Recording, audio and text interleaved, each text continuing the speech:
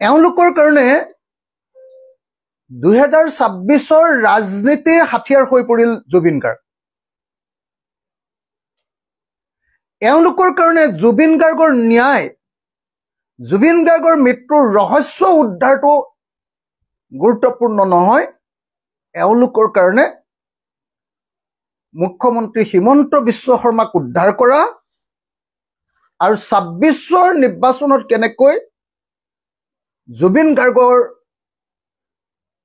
মৃত্যুৰ বিষয়টোক ৰাজনৈতিক ৰূপ দিব পাৰি তাৰ চিন্তা কৰাটোৱে তেওঁলোকৰ বিজেপি দলৰ এই মুহূৰ্তৰ আটাইতকৈ ডাঙৰ কাম। সেইকাৰণে মই এটা বিৰোধী দলৰ সভাপতি হিচাপে আৰু ঐতিহাসিক শিৱসাগৰ বিধানসভা সমষ্টিৰ বিধায়ক হিচাপে বিজেপি দলে আজি যি অভূতপূৰ্ব নাভূত নাশ্ৰুত ভাবিব নোৱাৰা ধৰণৰ কল্পনাৰ অতীত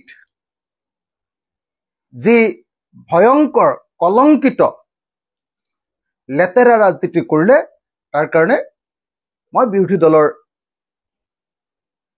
এজন সভাপতি হিচাপে নিন্দা কৰাই নহয়, সমগ্ৰ অসমবাসী ৰাইজক এই বিজেপি দলটোক ঘৃণাৰে উপচাই পেলাবৰ কাৰণে মই সকলোকে অনুৰোধ জনাইছো। আপোনালোকে সকলোৱে চাওক যে জুবিন গাৰ্গ আমাৰ অসমীয়া জাতিৰ এটা সম্পদ আৰু অসমীয়া জাতিৰ এই সময়ৰ আটাইতকৈ জনপ্ৰিয় শিল্পী। সেই শিল্পীজনক চৰকাৰে মাতি লৈ গ'ল আৰু চৰকাৰে ছিংগাপুৰত তেওঁক নিৰাপত্তা নিদি মৰিবৰ কাৰণে ঠেলি দিলে। তাৰ পাছতো সেই এক্সটাৰ্নেল এফেয়াৰ্ছ মিনিষ্ট্ৰীয়ে সেই নৰ্থ ইষ্ট ফেষ্টিভেলখন বন্ধ নকৰিলে, অকল কালচাৰেল প্ৰগ্ৰেমটোহে বন্ধ কৰিলে।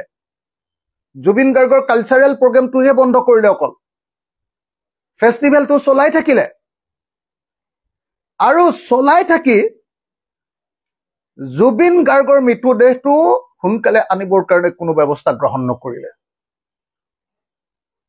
অসমৰ মুখ্যমন্ত্ৰীয়ে ক'লে যে ছিংগাপুৰৰ পৰা মই অসমলৈ জুবিন গাৰ্গক চাৰ্টাৰ্ড ফ্লাইটত লৈ আহিম।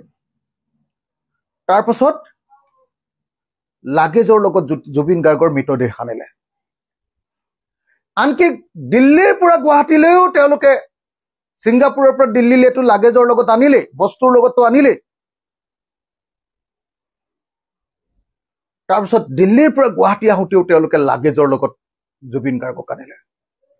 অসমীয়া জাতিৰ আটাইতকৈ জনপ্ৰিয় এটা যুগৰ প্ৰতিনিধি জুবিন গাৰ্গক তেওঁলোকে লাগেজৰ লগত লৈ আহিলে। শেষ শ্ৰদ্ধাঞ্জলি যি সময়ত জনাব লাগে তেওঁলোকে লাগেজ বস্তু বাহানিৰ লগত লৈ আহিলে। আশ্চৰ্যজনক। যিকেইজন মানুহৰ কাৰণে মৃত্যু ঘটিলে, সিদ্ধাৰ্থ শৰ্মা, সন্দীপন গাৰ্গ, এইকেইজনক লগ পায়ো দিল্লী বিমানবন্দৰত গ্ৰেপ্তাৰ নকৰি তেওঁলোকক পলুৱাই পঠিয়ালে।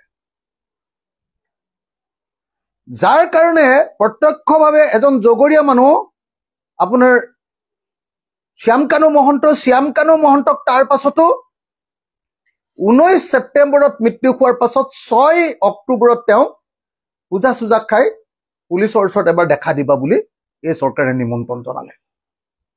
তাৰপিছত অসমৰ মানুহে হাল্লা কৰাৰ পাছতে অলপ সোনকালে চাৰেণ্ডাৰ কৰি দিলে। চাৰেণ্ডাৰহে কৰিছে, তেওঁলোকেতো ধৰা নাই। আপোনালোকে নিজে চাওক,